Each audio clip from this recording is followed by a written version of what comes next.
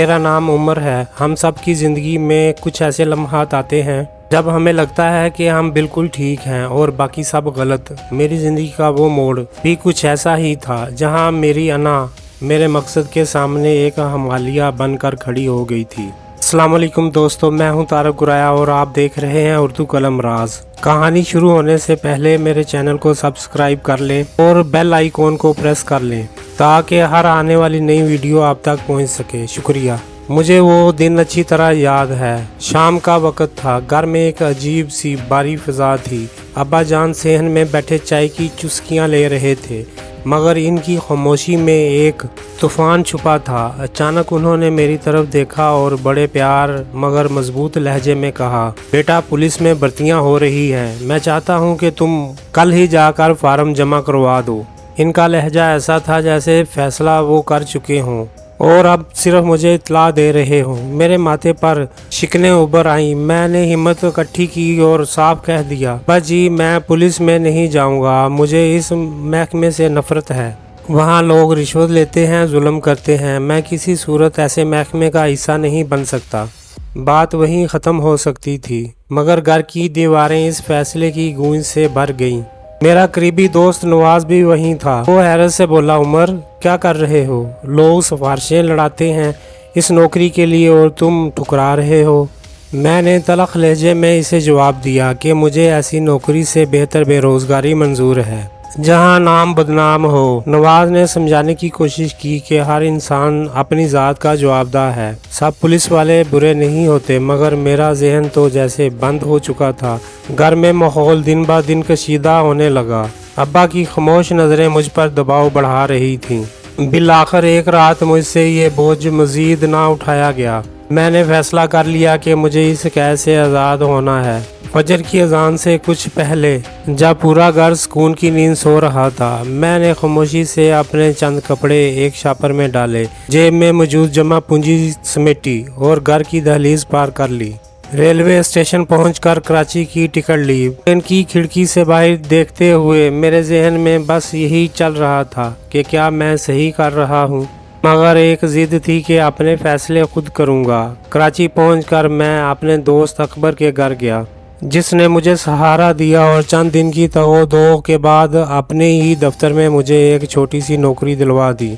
अगले दिन मैंने नए कपड़े पहने। मेरे अंदर एक जोश था कि अब मैं खुद को साबित करूंगा।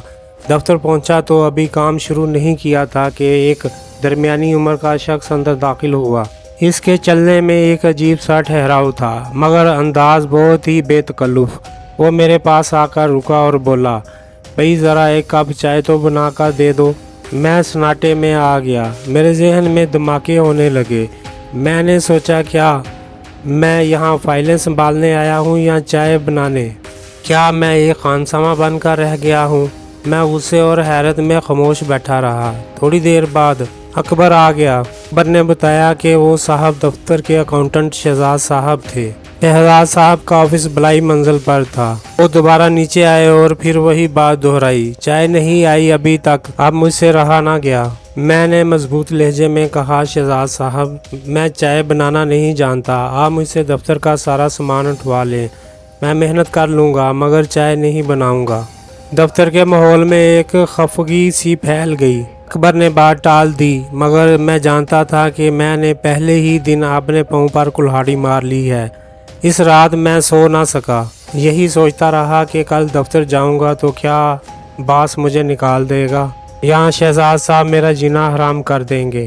मगर अगले दिन जब मैं ऊपर शहजाद साहब के कैबिन में गया, अगले दिन जब दफ्तर पहुंचा तो पूरे स्टाफ की नज़रें मुझ पर थी। सब यही सोच रहे थे कि आज शहजाद साहब कल वाली बात का हिसाब बराबर करेंगे।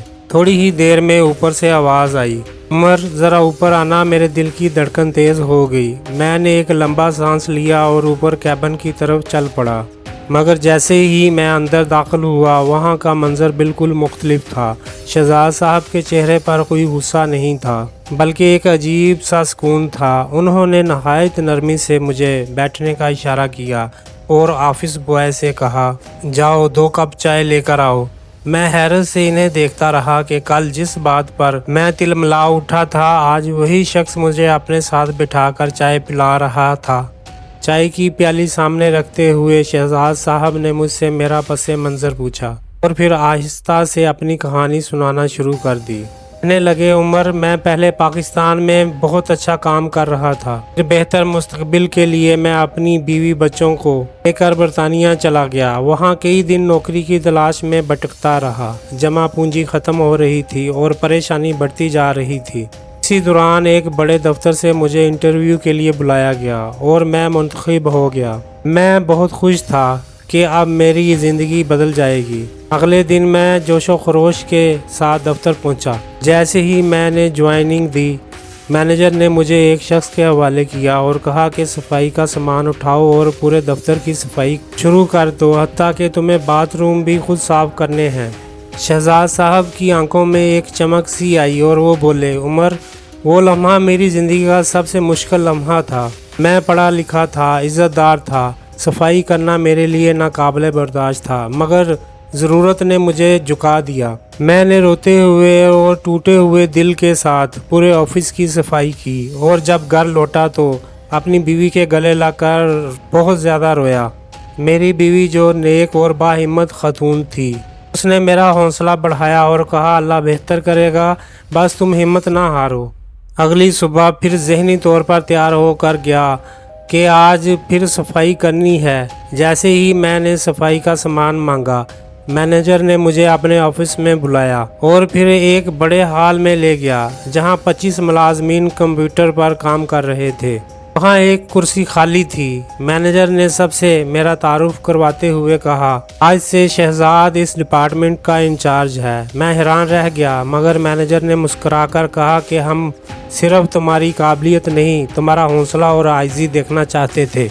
ये सुनकर मेरी आंखों में नदामत के आंसू आ गए। शहजाद साहब ने मेरी तरफ देखा और धीमे लहजे में कहा, पर जिंदगी कुछ मौका सिर्फ एक बार देती है। अगर तुम कल वो चाय बना देते तो आज शायद मैं तुम्हारे लिए किसी बड़े ओहदे की सिफारिश कर चुका होता, लेकिन तुम्हारी अना तुम्हारे रास्ते में आ गई।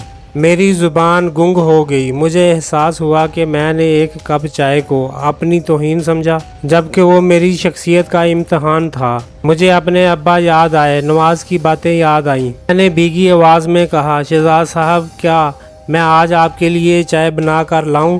शहजाद साहब मुस्कुराए और बोले, अब वक्त गुजर चुका है उमर, लेकिन सबक याद रखना। इस दिन मैंने एक बहुत बड़ा सबक सीखा। मैंने जाना कि कोई काम छोटा नहीं होता।